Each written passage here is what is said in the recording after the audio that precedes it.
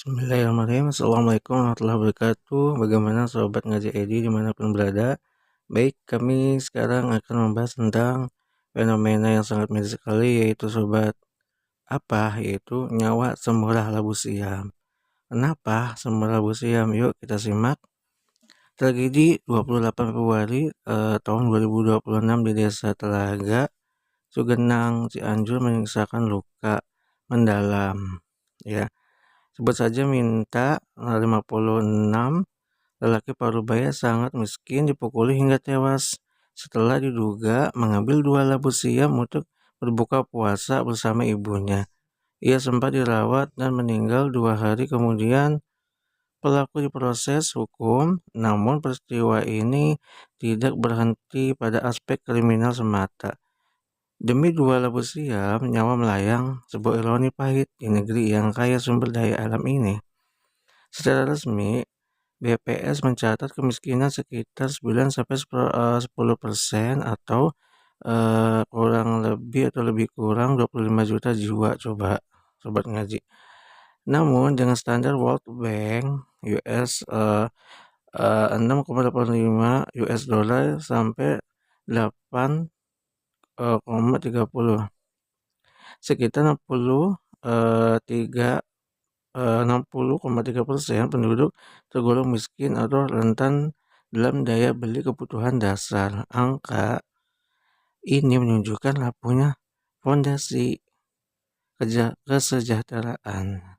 Jutaan rakyat hidup dalam tekanan ekonomi yang terus-menerus, di mana sedikit saja gejolak harga atau kehilangan penghasilan dapat berujung pada krisis keluarga. Keprihatinan kita tidak boleh berhenti pada kekerasan yang terjadi. Yang lebih mengkhawatirkan adalah kondisi sosial yang melahirkannya. Ketika kebutuhan pokok tak terjamin, tekanan ekonomi mengikis empati dan rasionalitas. Konflik kecil membesar karena masyarakat hidup dalam ketegangan biaya hidup dan lemahnya perlindungan sosial. Jadi gini ya sobat ngaji, kemiskinan struktural menciptakan ruang subur bagi tragedi tuh ya. Akar persoalan ini bersifat sistematik. Kapitalisme menempatkan pasar sebagai penentu utama akses terhadap pangan dan penghidupan, sehingga kebutuhan dasar tunduk pada mekanisme daya beli, aset produksi terkonsentrasi, lapangan kerja formal terbatas, sektor informal mendominasi tanpa jaminan memadai, sementara harga kebutuhan pokok fluktuatif mengikuti logika pasar. Dalam praktik demokrasi berbiaya tinggi, kebijakan kerap kompromistis terhadap kepentingan pemilik modal. Orientasi negara bergeser dari penggusuran rakyat menuju penjagaan stabilitas pertumbuhan dan investasi. Dalam kerangka ini, kemiskinan menjadi konsekuensi struktural, bukan sekedar penyimpangan. Dalam Islam, nyawa manusia amat suci dan tidak boleh dipandang remeh. Rasulullah SAW bersabda, Zullu dunia aun Allah minal qatli rajulin muslim. Hancurnya dunia lebih ringan di sisi Allah daripada terbunuhnya seorang muslim. Hadis riwayat Tirmizi. Hadis ini menegaskan bahwa satu nyawa lebih berharga daripada seluruh dunia. Karena itu, sistem yang membiarkan rakyat terhimpit hingga nyawa melayang akibat kebutuhan dasar yang tak terpenuhi patut dipertanyakan secara serius.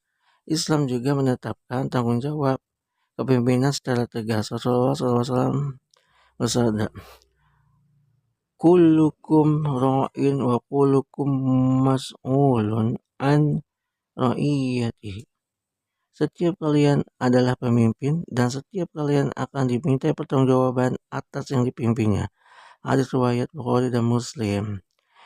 Prinsip hifz an-nas atau perlindungan jiwa dan konsep pemimpin sebagai ra'i atau pengurus menuntut negara menjamin kebutuhan pokok rakyat ya sobat ngaji, baik kebutuhan primer individu melalui mekanisme penafkahan sesuai syariat, pangan, sandang papan, maupun kebutuhan primer, kolektif, kesehatan, pendidikan, dan keamanan yang wajib disediakan negara sebagai layanan publik bagi seluruh warga.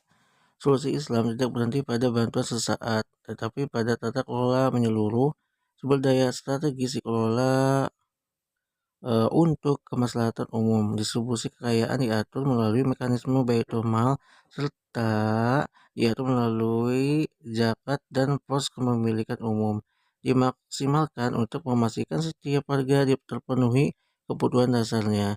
Negara membuka akses yaitu dengan menyuarakan kebenaran agar kita semua tidak berhenti di sini dalam keadaan situasi apapun, maka kita harus menyuarakan kebenaran.